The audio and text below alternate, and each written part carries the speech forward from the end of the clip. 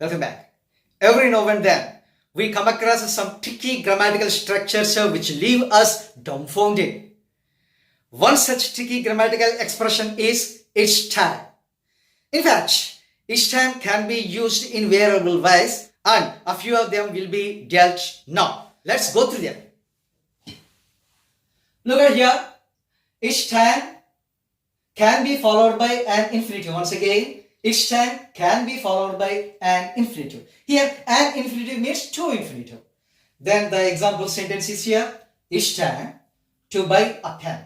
So each time expression is there. It is inducted in the very beginning of the sentence, and then to infinitive follows each time, and then it is followed by V1 form of the verb buy and an object of pen. So each time to buy a pen. Next one. To say who should do something. Once again, to say who should do something. Example sentence is here. It's time for him to go to bed. Once again, it's time for him to go to bed. What is the difference between these two sentences?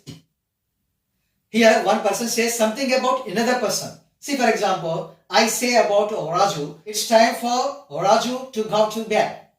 So that's it. And next, let us switch over to our tricky grammatical structure. And each time is followed by a subject with past tense verb. The meaning is present. Once again, each time is followed by a subject with past tense verb. The meaning is present. Something strange and something odd to hear. Let us discuss with an example here.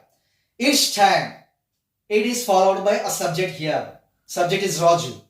And it is followed by past tense verb.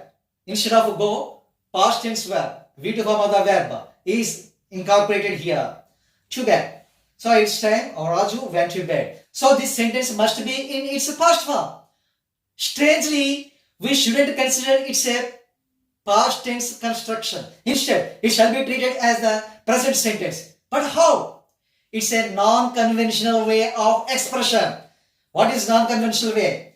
Each time is followed by a subject and a V2 form of the verb, but the meaning conveys present form. But how? Let us take an example. Raju is supposed to take his lunch by 1 o'clock. But it's already 2 o'clock. 1 hour past 1 o'clock.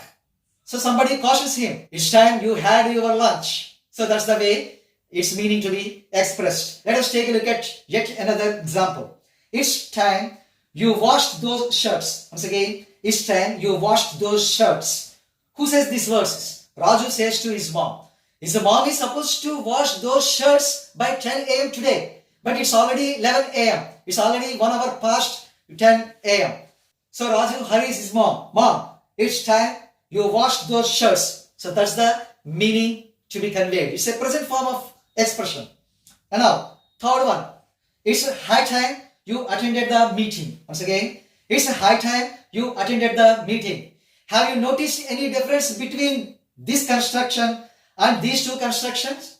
Yes, there it is. See here, we have injected high. High. It's high time.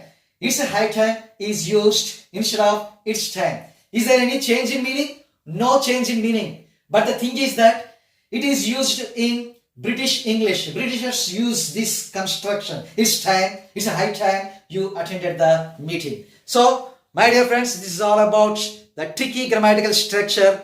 It's time. In my next session, I will be coming up with yet another earth-shattering topic. Until then, bye. Thanks for watching.